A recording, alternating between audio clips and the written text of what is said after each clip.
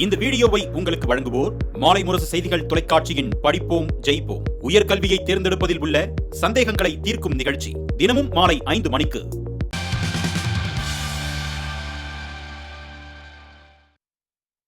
வணக்கம். ஒரு செய்தி பல கோணங்கள் நிகழ்ச்சிக்கு உங்களை வரவேற்கிறோம். இந்த நிகழ்ச்சி நம்முடன் பேசுவதற்காக பத்திரிகையாளர் திரு சிவபிரன் இணைந்திருக்கிறார். சார் வணக்கம். வணக்கம். கீழடியில் நடத்தப்பட்ட மிக முக்கியமான ஆய்வின் தொடர்ச்சியாக இந்திய தொல்லியல் துறை அந்த ஆய்வறிக்கையை திருப்பி அனுப்பி பல்வேறு கேள்விகள் எழுப்பியிருக்காங்க. முதல்ல இந்த ஆய்வறிக்கை என்ன சொல்லுது சார்?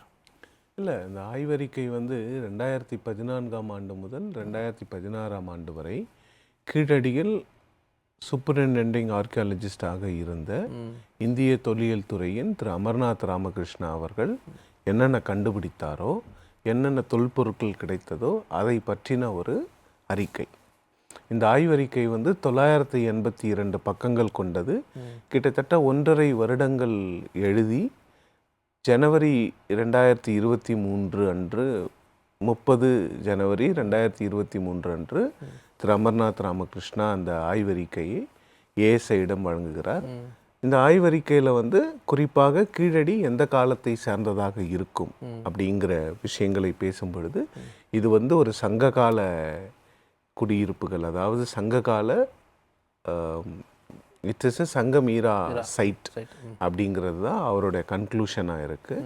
ஸோ அதில் அவர் என்ன சொல்கிறாருன்னா, 8வது நூற்றாண்டு பிசிஇ இலிருந்து 3வது நூற்றாண்டு பிசிஇ வரை இந்த சிவிலைசேஷன் தலை தோங்கி இருந்ததற்கான வாய்ப்புகள் இருக்கிறது அப்படிங்கிறத அமர்நாத் ராமகிருஷ்ணா அந்த ஆய்வறிக்கையில் சொல்கிறாரு.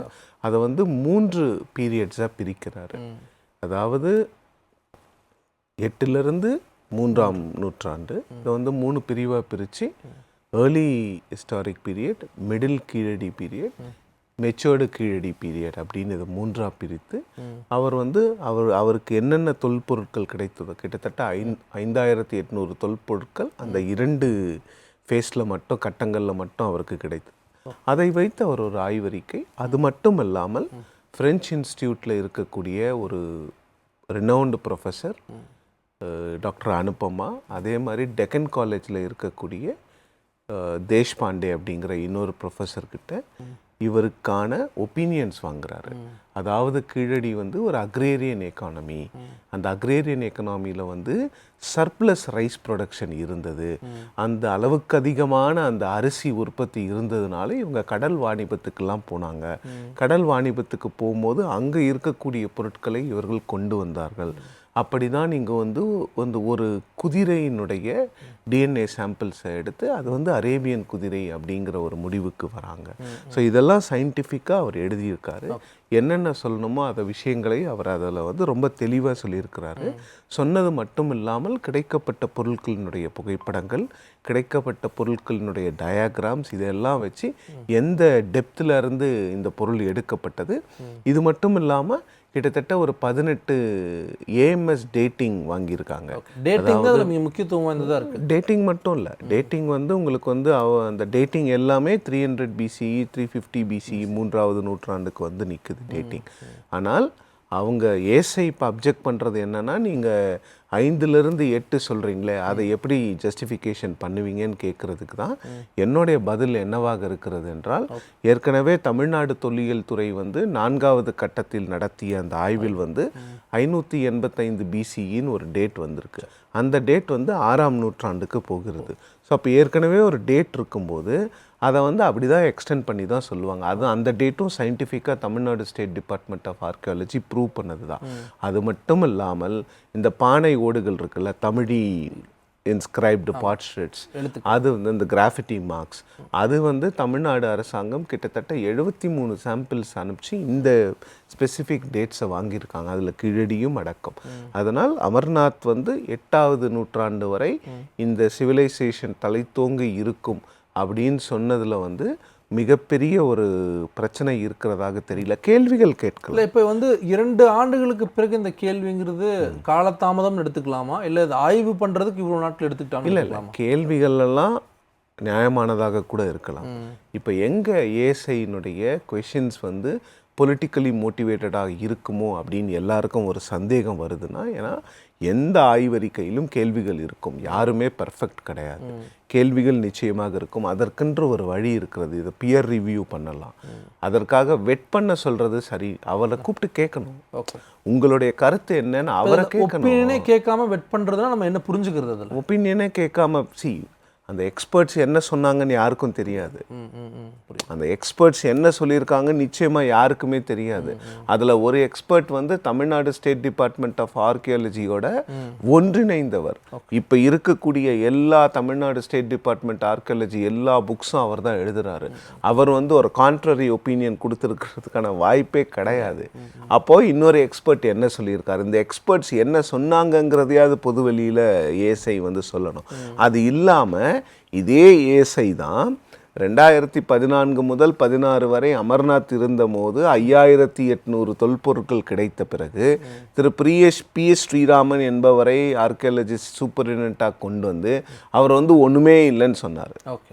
ஆனால் 4வது கட்டத்திலிருந்து தமிழ்நாடு தொல்லியல் துறை இந்த அகழாய்வை எடுத்த பிறகு இன்று வரை 7 கட்டங்கள் வந்து தமிழ்நாடு தொல்லியல் துறை மட்டும் நடத்தி இருக்கிறது. அந்த 7 கட்டங்களில் கிட்டத்தட்ட 15,000 தொல்பொருட்கள் கிடைத்திருக்கிறது. அப்போது நீங்கள் இல்லைன்னு சொல்லிட்டு போன இடத்துல இருந்து 15,000 தொல்பொருட்கள் எடுத்தது மட்டும் இல்லாமல் இங்கே வந்து ஒரு அர்பன் இண்டஸ்ட்ரியல் சிவிலைசேஷன், ஒரு தொழில் நகரமாக அது இருந்திருக்கிறது.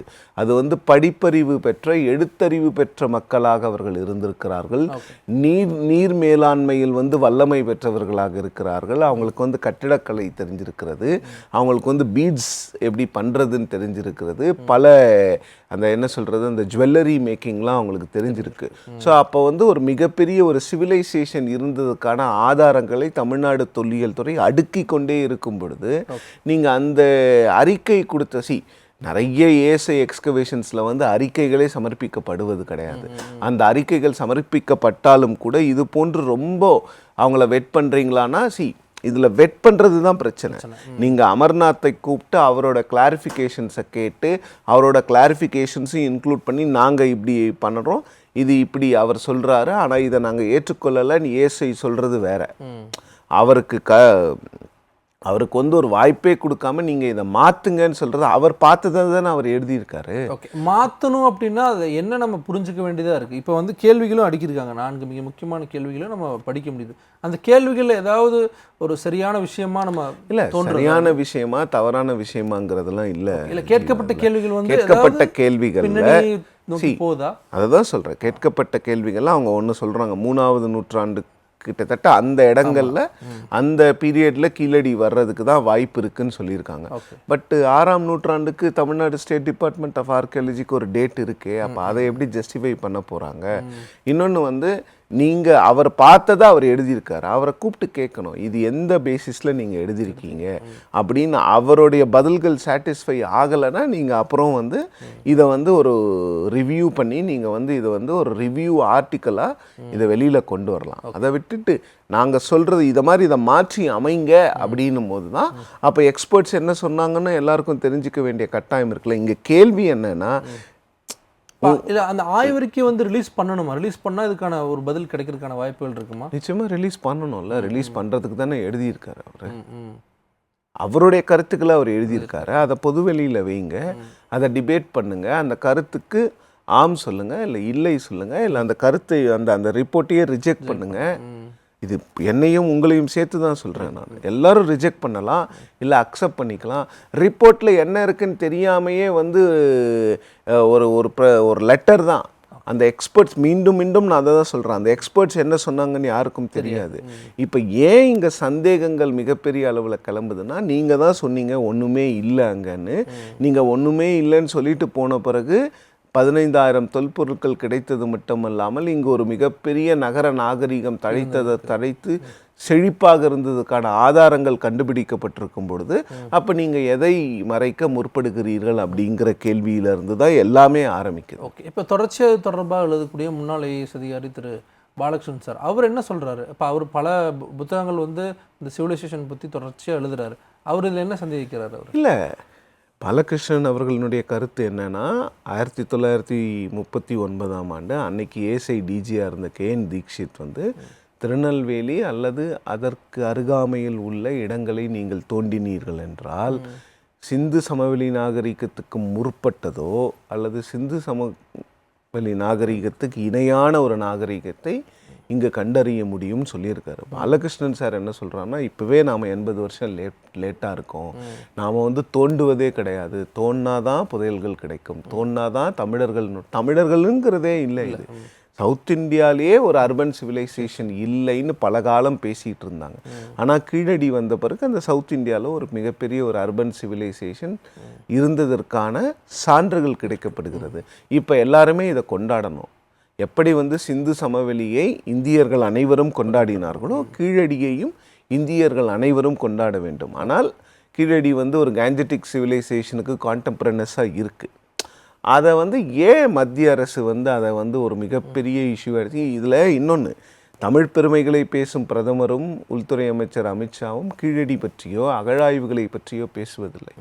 ஆதிச்சநல்லூரில் மட்டும்தான் அவங்க வந்து ஒரு மியூசியம் வச்சுருக்காங்க, ஏன்னா அது ஏஎஸ்ஐ பண்ண இடம். பட் இப்போ ஆதிச்சநல்லூரை விட சிவகலையில் தமிழ்நாடு தொல்லியல் துறை பண்ண அகழாய்வில் வந்து மிகப்பெரிய முடிவுகள்லாம் வந்திருக்கு. அந்த முடிவுகளை பற்றி ஏஎஸ்ஐயோ இல்லை பிரதமரோ, தமிழ் பெருமை பேசும் பிரதமர் தான், பிரதமரை இதில் குறை சொல்ல வேண்டிய அவசியம் கிடையாது. ஆனால் தமிழ் பெருமைகள் பேசுகிறார்ல பிரதமர்.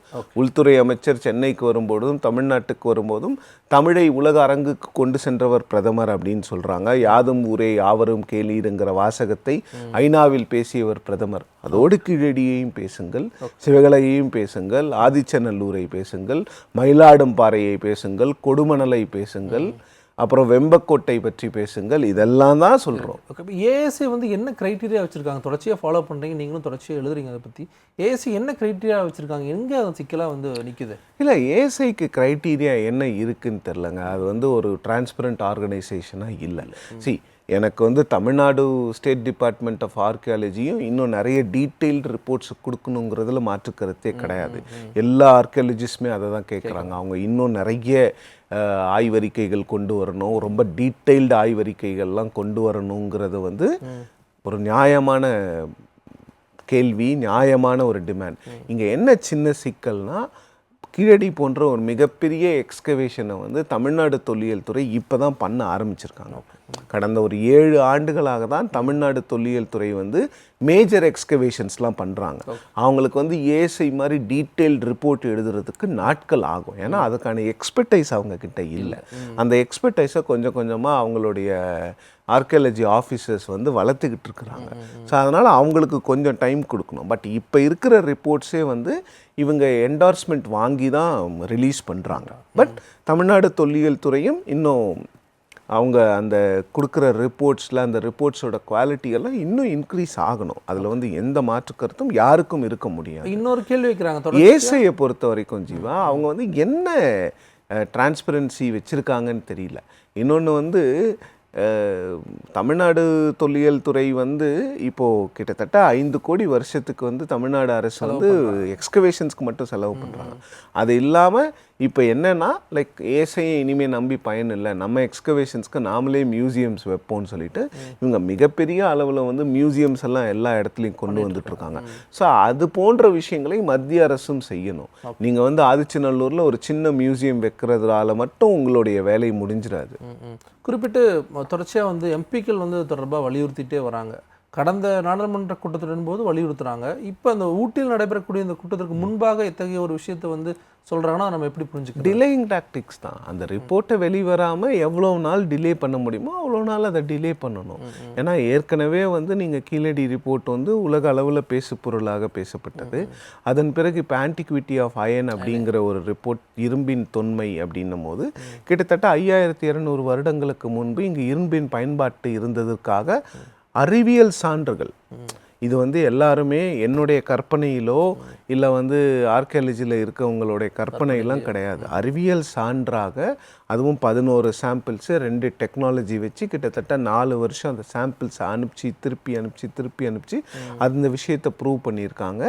இந்த இரும்பு காலத்தினுடைய எக்ஸ்பர்ட்ஸ் என்று கருதப்படுகின்ற ராகேஷ் திவாரி, திலீப் குமார் சக்கரவர்த்தி இருவரும் சென்னைக்கு வந்து இந்த ஆய்வு அறிக்கையினுடைய சாரம்சங்களை மக்களுக்கு எடுத்து சொன்னார்கள். அவர்கள் சொன்னது என்னவென்றால், திலீப் குமார் சக்கரவர்த்தி வந்து கடந்த 1970களிலிருந்தே சொல்லி வருகின்ற ஒரு விஷயம் என்னவென்றால், இந்திய துணைக்கண்டத்தில் இரும்பின் பயன்பாட்டு வந்து தற்சார்பற்று இருந்திருக்கணும், அது வெளிநாட்டிலிருந்து வந்திருப்பதற்கான வாய்ப்புகள் கிடையாதுன்னு சொன்னது இப்போ முதல் சான்றாக இதை கொண்டு வந்திருக்கோம். இன்னும் நிறைய டீட்டெயில்டு அனாலிசிஸ் பண்ணணும். ஜீவா, ஆர்கியாலஜியை பொறுத்த வரைக்கும் இப்போ நம்ம கொண்டு வந்திருக்கோம்ல இந்த டேட்டை 10 பேர் ஏற்றுக்கிறதுக்கே 10, 15, 20 வருஷம் ஆகும். ஏன்னா சயின்டிஃபிக் அனாலிசிஸாக நீங்கள் வந்து ஓகே, இரும்புக்கு டேட்டு கொடுத்துட்டீங்க, இது எங்கேருந்து வந்தது இந்த இரும்பை எப்படி வந்து அவங்க ப்ராசஸ் பண்ணாங்க, என்ன மெத்தடாலஜியில் ப்ராசஸ் பண்ணாங்க, என்ன டெக்னாலஜி யூஸ் பண்ணாங்கங்கிறதெல்லாம் ஸ்டடீஸ் பண்ணணும். அதற்கான ஆயத்த பணிகளில் தமிழ்நாடு தொல்லியல் துறை இருந்து கொண்டு இருக்கிறது. ஸோ அப்போ என்னென்னா, ஆர்கியாலஜிலே வந்து நீங்கள் வந்து உங்களுக்கு டைம் கொடுக்கணும். ஸோ அந்த டைம் கொடுத்தா தான் அந்த ஆர்கியாலஜியில் என்னென்ன விஷயங்கள் அமர்நாத்துடைய ரிப்போர்ட்டை டிபேட் பண்ணுங்க, பண்ண வேண்டிய விஷயம். அதை அப்படியே ஏற்றுக்கணும்லாம் யாரும் சொல்லலை.